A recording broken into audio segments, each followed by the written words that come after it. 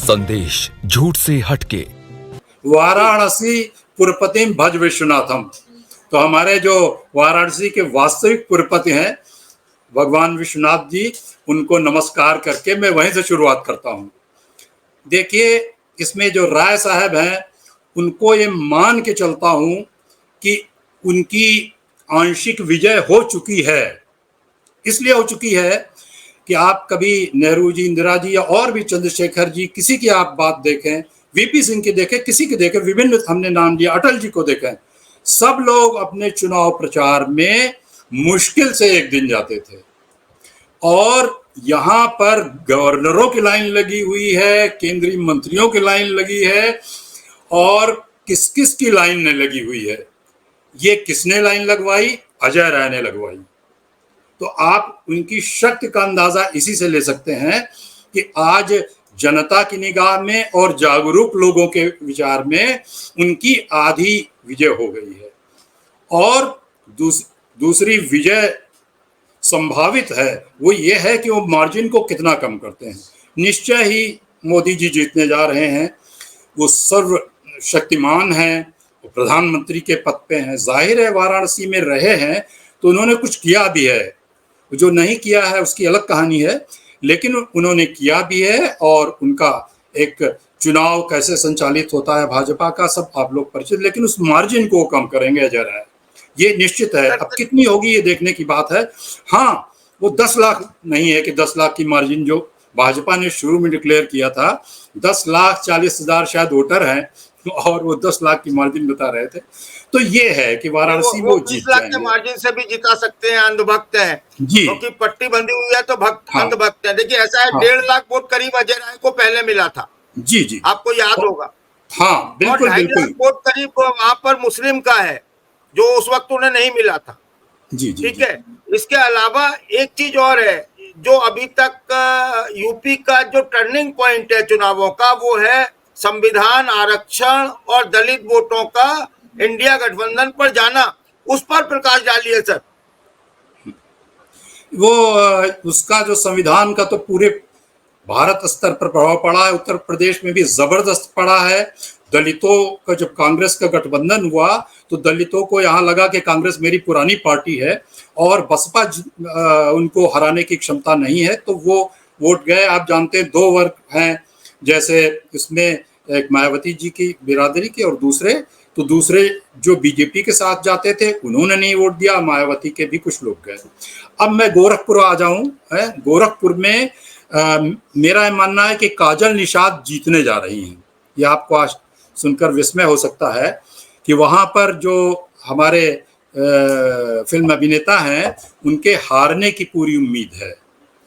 उसका कारण ये है, आदित्यनाथ का शहर है, उनका मठ है वहां पर। हाँ, मठ तो है, लेकिन मठ का आशीर्वाद भी पूरा मिले, ठीक है।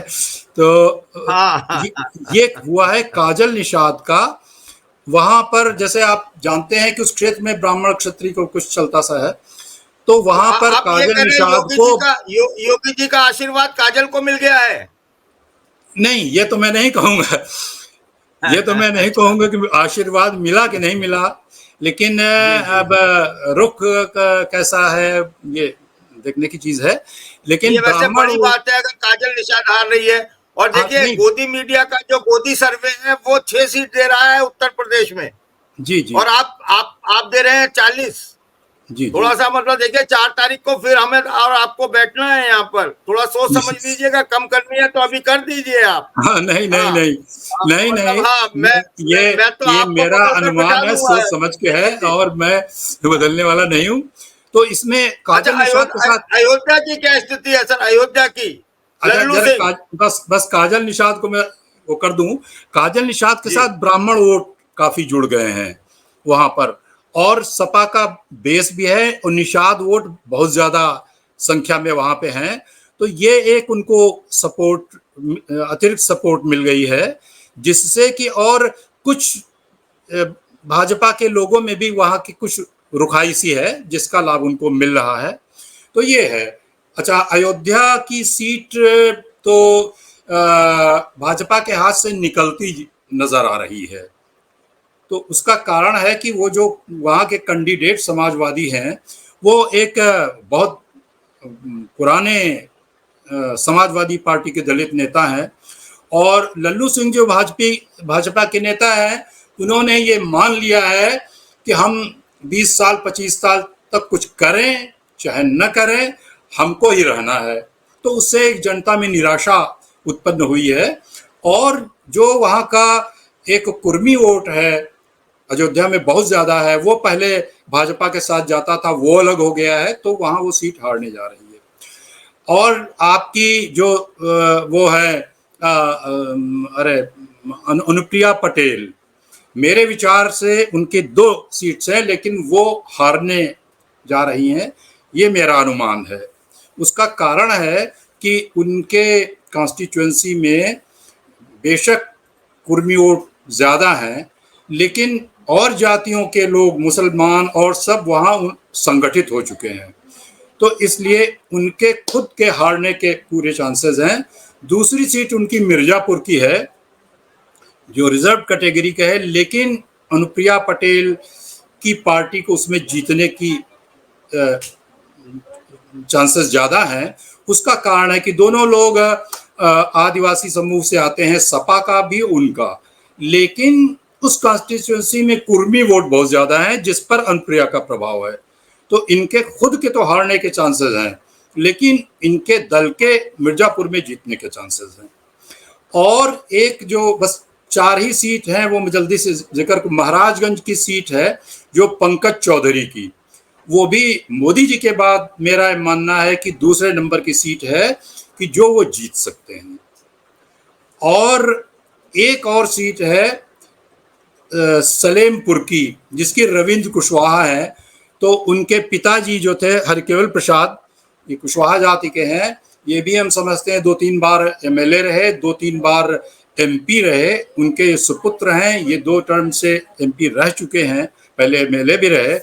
तो इनके अगेंस्ट जो एक खड़े हैं वो वो नए हैं, तो कुशवाहा वोट यहाँ ज़्यादा है, वो सपा ने उनको खड़ा किया है, लेकिन इनका कम से कम 40 साल से इनकी वहाँ चल रही है, कुशवाहा वोट भी ज़्यादा है। इनके पिता ने भी जनता के लिए काफ़ी काम किया, पिता की ही है, और ये भी कोई जनता के प्रतिकूल कार्य करने वाले रविंद्र कुशवाहा नहीं है, अतः ये सीट भी निकलने के है। इसके अलावा कोई भी सीट 13 में से जीतेंगे तो 4 ये जीतेंगे, उसके अलावा 9 सीटों में सारी सीटें हारने जा रही, चाहे वो महेंद्र नाथ पांडे चंदौली के हों, कोई भी हों, ये मान के आप चलिए। यानी आप ये कह रहे हैं कि 9 सीट मतलब ये 7वें चरण में 9 सीटें इंडिया गठबंधन जीत रहा है। जी। और जो आंखों पे पट्टी बांध के सर्वे किया गया है, वो कह रहा है यूपी में 6 सीटें जीतेंगी, और आप कह रहे हैं यूपी में 40 सीटें जीतेंगे। आप बिल्कुल दीक्षित जी 4 तारीख के लिए तैयार रहिएगा। आदरणीय प्रकाश जी यहाँ पर गवाह है, मुझे मालूम है महाराष्ट्र में तो वो होने जा रहा है। हाँ, उसका कारण है कि देखिए, अपने यहाँ लोभ की ज्यादा महत्ता है, लोभ संवरण की महत्ता नहीं है। टोटल सीट जो है 80 है, उसमें से 40 आप दे रहे हैं, और भारत में मतलब देश भर में टोटल कितनी सीट आप उन्हें दे रहे हैं? मैं लगभग 300 इसको गठबंधन को दे रहा हूं, और 200 सीट इनको भाजपा को दे रहा हूं। और इसमें जैसे चंद्रबाबू नायडू हैं, ये सब तो इनको अलग ही मैं मानता हूं, इनको मैं अलग मानता हूं। आपकी अनुमति से एक चीज़ और मैं कहना चाहूँगा कि मेरा ये है कि चूंकि सबसे बड़े दल को आमंत्रित किया जाता है, तो वो निश्चय ही वो भाजपा के नेता को आमंत्रित किया जाएगा, और उनको 15 दिन नहीं, 1 महीने 1.5 महीने का भी समय दिया जा सकता है। लेकिन मेरा ये अनुमान और आकलन ये है, उसके बाद रद्दोबदल बहुत होगा।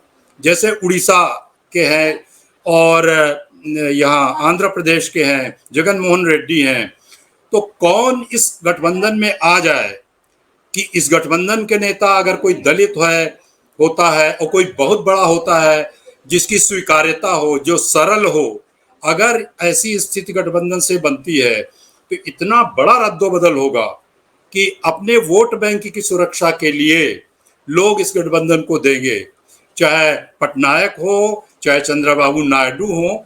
तो असली बातें शायद 1 महीने के बाद शुरू होंगी। जाहिर है 1 महीने में ये भी लोगों को तोड़ेंगे और हम देखेंगे कि कई इनको तो नहीं भरोसा करते थे। आप सीधे सीधे इंगित कर रहे हैं अगर मल्लिकार्जुन खड़गे को प्रधानमंत्री का कैंडिडेट बनाया जाता है सर्वसम्मति से, तो बहुत सारे दूसरे दल जो एनडीए में है वो भी इंडिया गठबंधन की तरफ चले आएंगे, उनकी मजबूरी हो जाएगी। निश्चय ही।